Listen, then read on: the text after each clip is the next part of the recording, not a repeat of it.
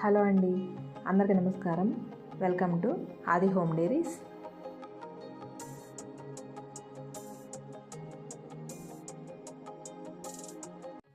ఈరోజు వీడియోలో పిజ్జాని టేస్టీగా సింపుల్ ప్రాసెస్లో ఇంట్లో నేను ఎలా చేస్తానో చెప్తాను. ఈ రోజుల్లో పిజ్జాలని ఇష్టపడే వాళ్ళు ఎవరు ఉంటారు? అందరూ ఇష్టంగానే తింటున్నారు. మా పిల్లలు కూడా పిజ్జా అంటే చాలా ఇష్టంగా తింటారు. వాళ్ళకి చాలా బాగా నచ్చింది నేను చేసిన ఈ పిజ్జా. పైన కనిపించే కలర్స్ని చూసి వెజ్ పిజ్జా అనుకుంటారేమోనండి. 2 రకాల పిజ్జాలు చేశాను నేను. చికెన్ పిజ్జా, వెజ్ పిజ్జా 2 చేశాను. పిజ్జా కలర్ఫుల్గా కనిపించడమే కాదు, టేస్ట్ కూడా అంతే బాగుంది. వీడియో ఎక్కడ స్కిప్ చేయకుండా చివరి చూడండి. వీడియో నచ్చితే లైక్ చేయండి, షేర్ చేయండి. ఆది హోమ్ డైరీస్ ఛానల్ని సబ్స్క్రైబ్ చేయండి. ఈ రోజుల్లో అన్ని వస్తువులు మనకి అందుబాటులో ఉంటున్నాయి. మారుమూల పల్లెటూరు గ్రామాల్లో ఉండే వాళ్ళు కూడా అందుబాటులో ఉంటున్నాయి. సరుకులన్నీ కూడా మనం బయటికి వెళ్ళి షాపింగ్ చేయాల్సిన అవసరం కూడా ఉండట్లేదు. చేతిలో మొబైల్ ఉంటుంది, ఆన్లైన్ షాపింగ్ ఉంటుంది. ఆన్లైన్లో బుక్ చేసుకుని మనకి ఏదైనా కావాలంటే ఇంటికి వచ్చేస్తున్నాయి. ఎందుకు చెప్తున్నానంటే పిజ్జాలో వాడే కొన్ని పదార్థాలు మామూలు షాప్స్లో దొరకవు, సూపర్ మార్కెట్లో దొరుకుతాయి. మీకు సూపర్ మార్కెట్ అందుబాటులో ఉంటే సరే, లేదంటే ఆన్లైన్లో బుక్ చేసుకుంటే సరిపోతుంది. ఇప్పుడు చూసారు కదా, చికెన్ని బోన్ నుంచి సపరేట్ చేసుకుని బోన్లెస్ చికెన్ తీసుకున్నాను నేను. చికెన్ని చక్కగా 2-3 సార్లు వాష్ చేసేసుకున్న తర్వాత స్టవ్ వెలిగించి పాన్ పెట్టుకుని పాన్లో వేసుకోవాలి. బయట చికెన్ పిజ్జా ఎలా చేస్తారో నాకు తెలియదండి. ఇది నేను చేసే ప్రాసెస్, అది చెప్తున్నాను. పాన్లో చికెన్ వేసిన తర్వాత కొంచెం ఉప్పు పసుపు వేసిన తర్వాత చికెన్లోంచి వాటర్ వస్తుంది కదా, అదంతా ఎగిరిపోవాలి. తర్వాత మనం తీసుకున్న చికెన్కి తగ్గట్టుగా 2-3 స్పూన్లు ఆయిల్ వేసుకోవాలి. కొంచెం అల్లం వెల్లుల్లి పేస్ట్ వేసుకుని పచ్చివాసన పోయేదాకా వేయించుకుని మిరియాల పొడి, ఉప్పు, కారం, ధనియాల పొడి, గరం మసాలా అన్నీ వేసుకుని కలుపుకోవాలి. తర్వాత 1 గ్లాస్ వాటర్ పోసి ఆ మసాలాలన్నీ చికెన్ ముక్కలు పట్టుకుని ఇలా ఉడికించుకుని పక్కన పెట్టుకోవాలి. పిజ్జాలో వాడే చిల్లీ ఫ్లేక్స్ మనం ఇంట్లో తయారు చేసుకోవచ్చు. ఎండుమిరపకాయలు ఉన్న గింజలను తీసేసి ఒట్టి మిరపకాయలనే రఫ్గా గ్రైండ్ చేసుకోవాలి. చిల్లీ ఫ్లేక్స్ని పక్కన పెట్టేసి మనం కేక్ బేక్ చేసుకోవడానికి ఎలా అయితే ప్రీహీట్ చేసుకుంటామో అలానే ప్రీహీట్ చేసుకోవాలి. ఓవెన్ అందరికీ అందుబాటులో ఉండదు. ఈ పద్ధతిలో అయితే అందరూ చేసుకోవచ్చు. పిజ్జాకు కావాల్సిన కూరగాయలు తరిగి పెట్టుకున్నాను. Yellow capsicum, green capsicum, red capsicum, tomato, onion కూడా క్యూబ్స్లో కట్ చేసుకుని పెట్టుకోవాలి. మీకు నచ్చిన షేప్లో కట్ చేసుకోవచ్చు, కాకపోతే చిన్నగా కట్ చేసుకోవాలి. ఇప్పుడు పిజ్జా సరిపడా ప్లేట్ తీసుకుని బటర్ అప్లై చేసుకోవాలి. తర్వాత 2 స్పూన్ల మైదా వేసుకుని మన ప్లేట్లో రాసుకున్న బటర్ మొత్తానికి అంటుకునేలాగా స్ప్రెడ్ చేసుకోవాలి. పిజ్జా తయారు చేయడానికి నేను రెడీమేడ్ పిజ్జా బేస్ని తీసుకున్నాను. బయటకు ఉన్న పిజ్జా టేస్ట్ రావాలంటే ఇదైతేనే పర్ఫెక్ట్గా ఉంటుందండి టేస్ట్. ముందుగానే పిజ్జా బేస్ ఆ ప్లేట్లో సరిపోతుందో లేదో చూసుకుని బటర్ అప్లై చేసుకోండి. పిజ్జా బేస్ ప్లేట్లో పెట్టుకున్న తర్వాత పిజ్జా సాస్ అప్లై చేసుకోవాలి పైన అంతా. పిజ్జా సాస్ కూడా నేను రెడీమేడ్దే వాడుతున్నాను. కావాలంటే మనం ఇంట్లో తయారు చేసుకోవచ్చు పిజ్జా సాస్ కూడా. టొమాటో సాస్ అన్ని సూపర్ మార్కెట్లో ఈజీగానే దొరుకుతుందండి. అలాగే పిజ్జా సాస్ కూడా దొరుకుతుంది. ఇప్పుడు చూడడానికి సాస్ ఎర్ర కనిపిస్తుంది కదా, బాగా ఘాటుగా ఉంటుంది అనుకుంటారేమో, అలా ఏముండదండి, చాలా బాగుంటుంది. సాస్ అప్లై చేసిన తర్వాత మనం మసాలాలు వేసి ఉడికించి పెట్టుకున్న చికెన్ ముక్కలు పెట్టుకోవాలి. బయట కొనుక్కుంటే చికెన్ ముక్కలు నేను పెట్టిన వాటిలో సగం కూడా ఉండవండి. మనం ఇంట్లో చేసుకుంటే ఇలా ఎక్కువ వేసుకుని చేసుకోవచ్చు. చికెన్ పిజ్జా అంటే ఇష్టపడిన పిల్లలు ఉంటారండి, చాలా ఇష్టంగా తింటారు, చాలా బాగుంటుంది. నేను చికెన్ ముక్కలతో పాటు వెజిటేబుల్స్ కూడా కొంచెం ఎక్కువగానే వేసుకున్నాను. ఎల్లో, గ్రీన్, రెడ్ 3 రకాల క్యాప్సికమ్ ముక్కలు వేసుకున్నాను. మనకు బయట అనుకోండి అక్కడ మొక్క పెట్టేసి చీజ్ ఎక్కువ వేసి ఇచ్చేస్తారు. మనం ఇంట్లో చేసుకోవడం వల్ల మనకు కావాల్సిన చికెన్ ముక్కలైనా వెజిటేబుల్స్ అయినా ఎక్కువగా పెట్టుకుని చీజ్ తక్కువ వేసుకుని చేసుకోవచ్చు. నేను ఇలా ఎక్కువగా వెజిటేబుల్స్ పెట్టి చేసుకున్నాను. మీకు అలా వద్దు, ఎక్కువైపోయినాయి అనుకుంటే కనుక కొంచెం తగ్గించుకోండి. క్యాప్సికమ్ ముక్కలు పెట్టుకున్న తర్వాత టొమాటో, ఆనియన్ స్లైస్లు కూడా వేసుకోవాలి. ఇలా అన్నీ పెట్టుకున్న తర్వాత ఇక్కడ చిల్లీ ఫ్లేక్స్ ఓరిగానో ఉంటుంది పిజ్జాలో వేసేవి, అవి వేసుకోవాలి.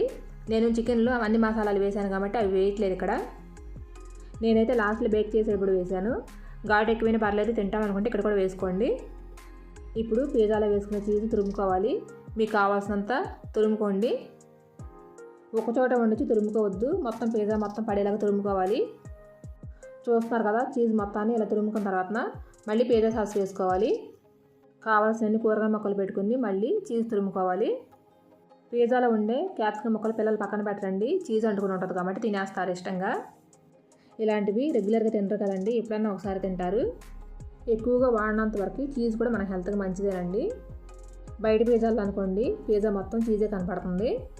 ఒక్క పిజ్జా బేస్ తప్ప మనం ఇందులో వాడే ఇంగ్రీడియంట్స్ అన్నీ హెల్తీనేనండి. బయట ఫుడ్తో పోలిస్తే ఇంట్లో మనం ఇలా చేసుకోవటం బెటర్ అని నా ఉద్దేశం. బయటికి వెళ్ళినప్పుడు ఆ వాసన తగిలితే పిల్లలకి తినాలని తప్పకుండా కోరిక కలుగుతుంది. ఆ వాసనలకి ఎప్పుడు తినని వాళ్ళకైనా ఎలా ఉంటుందో ఒక్కసారైనా టేస్ట్ చేయాలని అనుకుంటారు. కానీ బయట కొనుక్కుని తిన్న పిజ్జా టేస్ట్ కన్నా ఇంట్లో నేను చేసుకున్న పిజ్జా టేస్ట్ చాలా బాగుంది. చూస్తున్నారు కదా, చీజ్ రెండోసారి కూడా తురుముకున్న తర్వాత మనం ప్రీహీట్ చేసుకున్న గిన్నెలో పెట్టుకుని 15 to 20 minutes బేక్ చేసుకోవాలి. మధ్య మధ్యలో మూత తీసి చూసుకోవచ్చండి. నేను సగం బేక్ అయిన తర్వాత ఓరిగానో చిల్లీ ఫ్లేక్స్ వేసాను. మళ్ళీ ఒకసారి కూరగాయలు పైకి కనిపిస్తున్నాయి అని చెప్పేసినని ఇంకొకసారి చీజ్ తురుముకున్నాను. పిజ్జా బేక్ అయిందని తెలియాలంటే మనం పైన వేసుకున్న చీజ్ అంతా బాగా మెల్ట్ అయిపోయి కూరగాయలు కూడా మగ్గినట్టు తెలుస్తాయి. మనకి మంచి వాసన కూడా వస్తుందండి. అప్పుడు పిజ్జా బేక్ అయిపోయినట్టు కంప్లీట్గా. అప్పుడు మూత తీసి పిజ్జా ప్లేట్ని పక్కన పెట్టుకోవాలి. పిజ్జా వేడిగానే తింటే బాగుంటుందండి, చల్లారితే బాగోదు. నేను చేసిన పిజ్జా కూడా రెడీ అయిపోయిందండి. తీసి పక్కన పెట్టుకుంటున్నాను. చూడండి ఎంత బాగా కనిపిస్తుందో చూడడానికి. ఈ చికెన్ పిజ్జా నేను పిల్లల కోసం తయారు చేశాను. నెక్స్ట్ పన్నీర్ పిజ్జా తయారు చేస్తున్నాను. నేను పన్నీర్ పిజ్జా టేస్ట్ చేశానండి, చాలా బాగుంది టేస్ట్.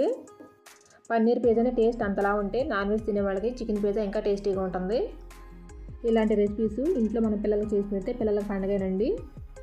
నేను చేసిన పిజ్జా సైజు చిన్నగానే ఉంది, కంప్లీట్గా ఒకళ్ళు తినేసేయచ్చు. మా పిల్లలు మామూలుగా అయితే క్యాప్సికమ్ ఇష్టంగా తినరండి. పిజ్జాలో తీసి పక్కన పెట్టకుండా అన్ని ముక్కలు తినేశారు. అంతా పిజ్జా మహత్యం అన్నమాట. చూస్తున్నారు కదా, పిజ్జాని నేను కట్ చేసి ప్లేట్లోకి తీసుకున్నాను. మా పిల్లలిద్దరిని తినమని 2 పీసులు పెట్టాను. వాళ్ళకి చాలా బాగా నచ్చింది, చాలా ఇష్టంగా తిన్నారు. పిజ్జాలో వాడేవన్నీ మనకు అందుబాటులో ఉంటున్నాయండి. రెడ్ క్యాప్సికమ్, ఎల్లో క్యాప్సికమ్ దొరకపోయినా గ్రీన్ క్యాప్సికమ్ ఒకటి వేసుకున్న చాలు. ఇప్పుడు పన్నీర్ పిజ్జా ఎలా చేయాలో చెప్తాను. ఇంతకు ముందులానే ప్లేట్కి బటర్ అప్లై చేసుకుని ఇలా పిండి వేసుకుని ప్లేట్ మొత్తం స్ప్రెడ్ చేసుకోవాలి. అలా ఎక్స్ట్రా వచ్చిన పిండిని తీసేసుకోవాలి. ఇప్పుడు ఆ ప్లేట్లో పిజ్జా బేస్ పెట్టుకుని పైన పిజ్జా సాస్ని అప్లై చేసుకోవాలి. చికెన్ పిజ్జాకి చికెన్ని కుక్ చేసుకుని పెట్టుకోవాలి, కానీ పన్నీర్కి అలా అక్కర్లేదు.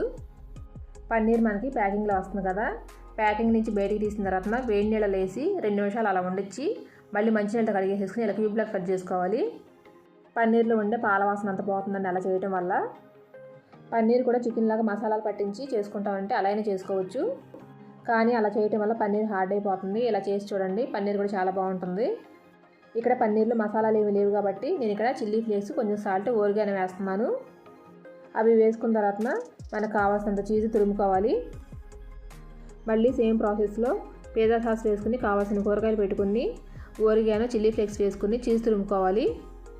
మసాలాలు ఏమీ ఉండవు కాబట్టి ఇందులో మనం చిల్లీ ఫ్లేక్స్ కొంచెం ఎక్కువగానే వేసుకుంటే బాగుంటుంది.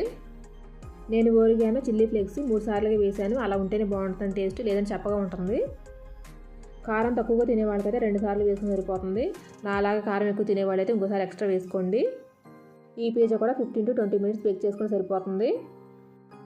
చూస్తున్నారు కదా, పన్నీర్ పిజ్జా కూడా కంప్లీట్గా బేక్ అయిపోయింది.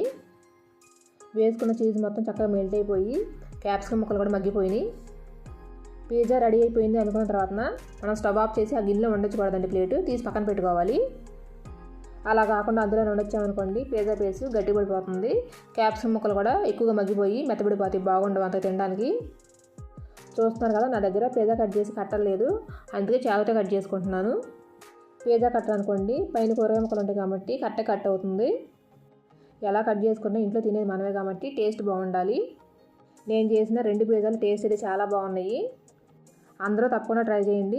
బయట కొనుక్కుని తినే పిజ్జా కన్నా మనం చేసుకునే పిజ్జాని బెస్ట్ అని అంటారు అందరూ. వీడియో నచ్చితే లైక్ చేసి నా ఛానల్ని సబ్స్క్రైబ్ చేసుకోవడం మాత్రం మర్చిపోవద్దు.